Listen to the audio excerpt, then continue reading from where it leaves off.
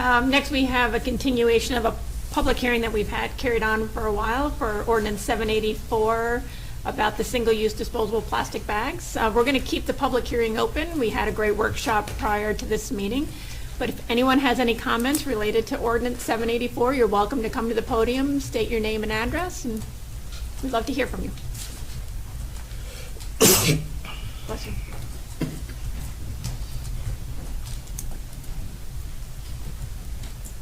Good evening.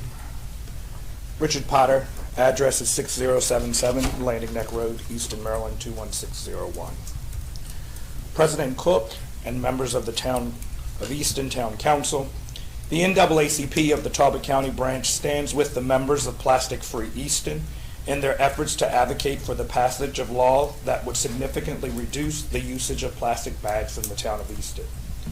Plastic waste not only threatens the livelihood of those who depend on marine resources for work, it can lead to a raft of health issues for people, and especially people of color who consume seafood infested with toxic micro and nanoplastics. The challenge of plastic waste, which has been exacerbated by the COVID-19 pandemic, is a major part of the global pollution crisis, which alongside biodiversity loss and climate change, which all represents a triple planetary emergency that we must address now. Somewhere I read that we who are alive, well, and good health have a duty and an obligation to leave this world better than what we found it. The issue should not be one that is debatable, but to be of a moral obligation. We must ensure that we have our waterways like the Chesapeake Bay and our marine life that is contained within the waters of the bay around for our children's children. The bay's favorite bivalve is struggling with its tiny pollutants called microplastics. Microplastics in the water column float along in much of the same way as algae, the oyster's preferred source of food. A study conducted by the University of Maryland Center for Environmental Science found that over 6 days that the oysters that ate plastic significantly increased their algal clearance rate. Algal clearance rates relate to how much water the oyster is filtering. The filtering of water in this context means stress on the oyster. The oyster eating microplastic must clear more algae in order to get the same amount of nutrition as their clean water brethren. So to provide more of a visual context, the oyster is going through hyperventilation. You aren't better at breathing by doing it faster. Your system is stressed and something is wrong. So as I close, I ask each of you to think about Talbot County, more specifically the town of Easton, without functioning Chesapeake Bay. Think of Talbot County, more specifically the town of Easton, without oysters and other seafoods that tourists and other travelers travel miles away just to have the opportunity to partake in. And lastly, think about Talbot County, more specifically the generations that will come after us and will judge us based upon the decisions we make today. We must make sure that our Chesapeake Bay and marine life and the livelihood of watermen and communities alike are around for future generations. The time to do the right thing will always and forever will be now. And I'm grateful that I had the opportunity to hear the conversation during the work session, to hear that that is the direction in which we're hopefully moving into. So I'm glad to hear that. And I'm also glad to hear the council talk about inclusivity when they talk about soliciting the help from Plastic Free Easton. We're one community, so in order to do that, we must sometimes solicit the help of others so that they can also see what it's like to sit on the other side. So thank you very much. Thank you, Mr. Potter.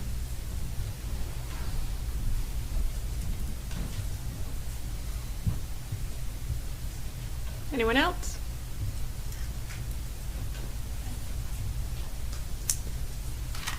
Hi there, council members. My name is Mary Yancey. My address is 333 North Washington Street in Easton. I'm speaking right now for myself as a citizen rather than as a member of the group that I belong with. And thank you very much for the work session. It was very interesting, and I appreciate where you're coming from in supporting this bill so far. I feel a little bit of concern about exempting the,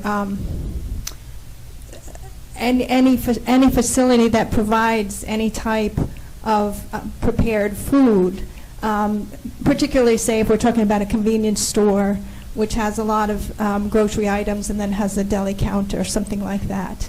And if that would exempt that whole store, I feel like that is kind of defeating the purpose. And I wondered if you might consider, rather than wording that, lumping all those food service industries in with the restaurants, and I'm in agreement with exempting the restaurants, but rather write in an additional exemption to the plastic bags for prepared and deli foods. If that was listed as one of the exemptions, then those items in, say, in a convenience store, or, you know, what I have in my mind is going, say, into Acme and buying fried chicken, right?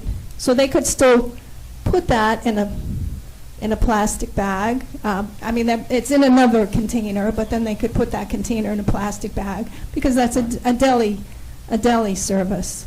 But then when I went to the checkout counter, I'd need to use my own bags. So I would just ask you to consider that rather than making a broad exemption for any facility that provides prepared food listed as one of the exemptions instead. Thank you. Thank you.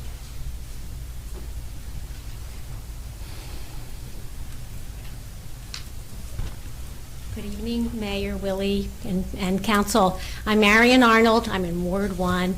I'm a member of PFE. We listened to the workshop tonight with great interest. Thank you for letting us be in the room with you. But before I get started, I just wanted to acknowledge our PFE members who are here. Please stand up and wave your bags if you brought them. Thank you. My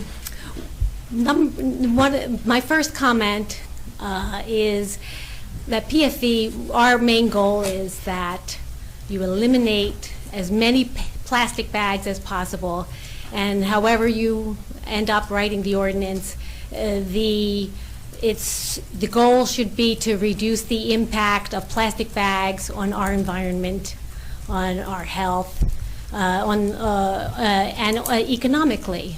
If we have a dirty shoreline, obviously nobody's going to want to come to live here or to fish here, etc.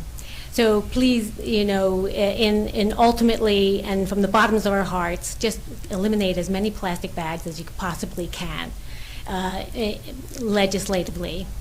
As Mary Yancey had mentioned, convenience stores, how do we think about those? They're kind of a problem, but if you think about convenience stores as small supermarkets, it gets a little easier to figure out how to handle an exemption there. Rather than exempting the whole convenience store, I agree with Mary's suggestion, you know, you just exempt the part of the store where you get the food.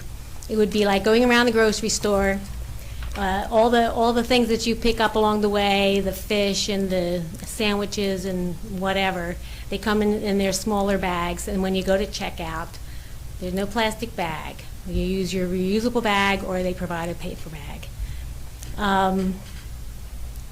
The other thought I had, as for restaurant exemptions, what about giving them a year to catch up with the rest of the law? Maybe in a year's time, supply chain and other options will appear that allow restaurants to get away from plastic bags. Just a thought. Just delay for that group. Just delay it. Maybe not just give them complete freedom to use plastic bags. But and I don't mean it, free hand at. I don't mean.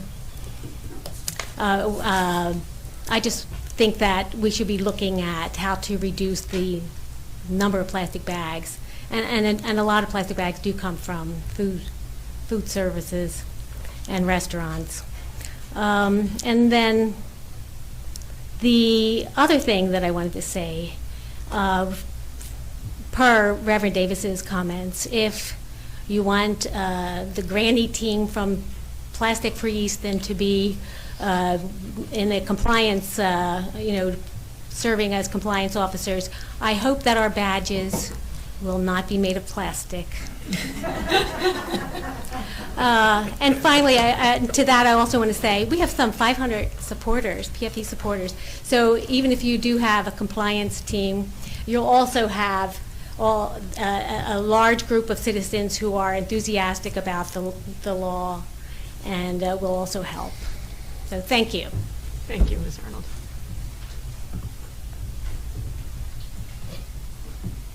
All right, we're going to keep the public hearing open, at least through our next meeting. As mentioned before, we did have a workshop, and the council has come up with some direction for Ms. Van Ember to add to the ordinance.